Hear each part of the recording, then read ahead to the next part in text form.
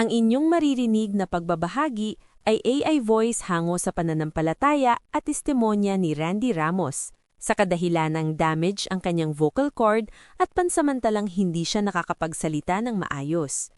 Naway mapagpala kayo ng pagbabahaging ito at mailapit kayo ng higit sa Panginoong Hesus. Alam mo, sa araw-araw ng buhay natin, hindi nawawala ang stress sa relationships, sa pamilya, sa kaibigan, sa asawa, kahit sa anak. Palibasa ay hindi perfect ang tao, kaya ang daming challenge mula sa kanila. Minsan, napapansin natin, mas madali pa nating makita yung mali kesa sa tama. O di ba, tama ako? Mas mabilas tayong magreklamo kesa magpasalamat. Pero kung iisipin mo, paano kung ang kulang lang talaga ay gratitude? Yung bang marunong tayong mag-appreciate ng mga nagagawa nila, maliit man ito o malaki. Paano kung ang pagbabago ng relationships mo ay magsisimula lang sa simpleng, thank you, I appreciate, salamat. Opening prayer. Panginoon, salamat po sa araw na ito. Salamat sa mga taong inilagay mo sa buhay namin. Turuan mo po kaming magmahal, magpasalamat, at maging mas maunawain.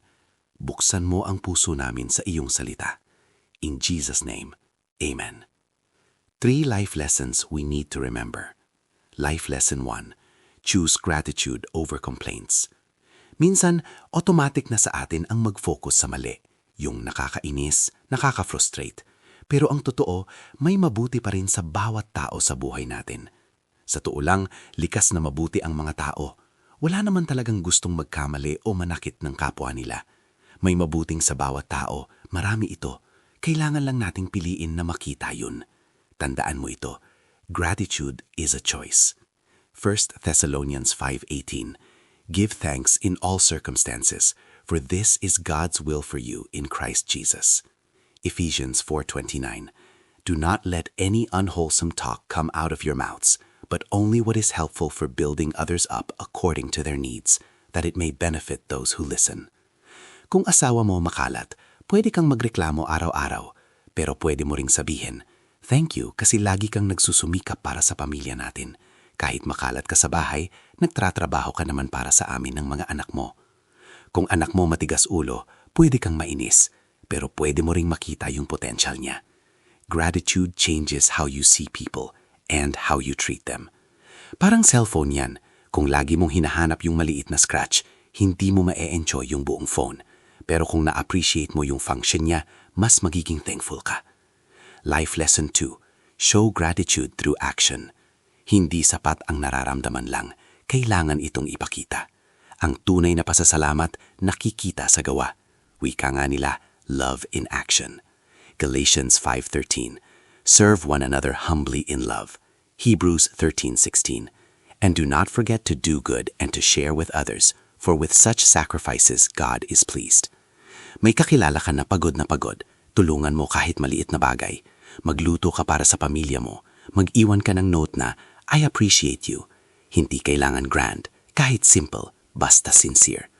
May kasambahay nga kami, pag binigyan mo ng regalo, hindi masabi yung mga katagang thank you, pero sobrang sipag sa mga trabaho sa bahay. Yun ang thankfulness niya, maging masipag.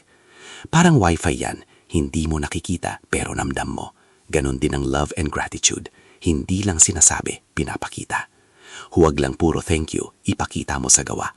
Mas makapangyarihan ang ganon. Life lesson 3. Stay faithful even when others don't change. Ito yung mahirap. Minsan ikaw willing magbago, pero yung ibang tao, hindi.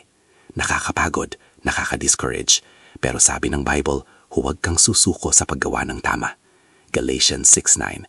Let us not become weary in doing good, for at the proper time we will reap a harvest if we do not give up. Romans 12:18. If it is possible, as far as it depends on you, live at peace with everyone. Kung hindi pa nagbago yung kausap mo, gawin mo pa rin ang tama. Kung hindi pa na-appreciate ang effort mo, tuloy mo lang. Hindi mo kontrolado ang iba, but you are responsible for your heart. Huwag kang bumaba sa estado nila. Doing good is always right. Parang pagtatanim yan, hindi agad tumutubo. Pero kung titigil ka magdilig, lalong hindi lalago. Keep doing good. Darating din ang bunga. One din ma-appreciate din ng mga tao sa paligid mo ang kabutihan na ginagawa mo. Kung hindi man, nakita ng Diyos Ama lahat ng yan at Siya ang bahala sa iyo. Practical takeaways. 1. Palitan ang reklamo ng puri. Hanap ka ng isang bagay na pwede mong i-appreciate today. 2. Gumawa ng isang act of kindness daily. Simple lang pero consistent. 3. Magpasalamat araw-araw. Sabihin mo mismo, thank you. Closing prayer. Panginoon, salamat po sa paalala mo na ang gratitude ay may kapangyarihang magbago ng puso at relasyon. Tulungan mo kaming maging intentional sa pagmamahal at pagpasalamat. Bigyan mo kami ng lakas na gawin ng tama kahit mahirap. At gamitin mo ang buhay namin para maging blessing sa iba. In Jesus' name, Amen. Bago tayo magtapos, maraming salamat sa inyong pakikinig. Kung kayo ay natulungan o napalago ng presentasyong ito, malugod naming dinatanggap ang inyong suportang pinansyal para sa ministeryong ito. Ang inyong tulong ay makakatulong upang maipagpatuloy ang gawaing ito. At humihingi rin kami ng panalangin at tulong pinansyal para sa patuloy na paggaling ng boses ni Randy Ramos. Maraming salamat po sa inyong suporta.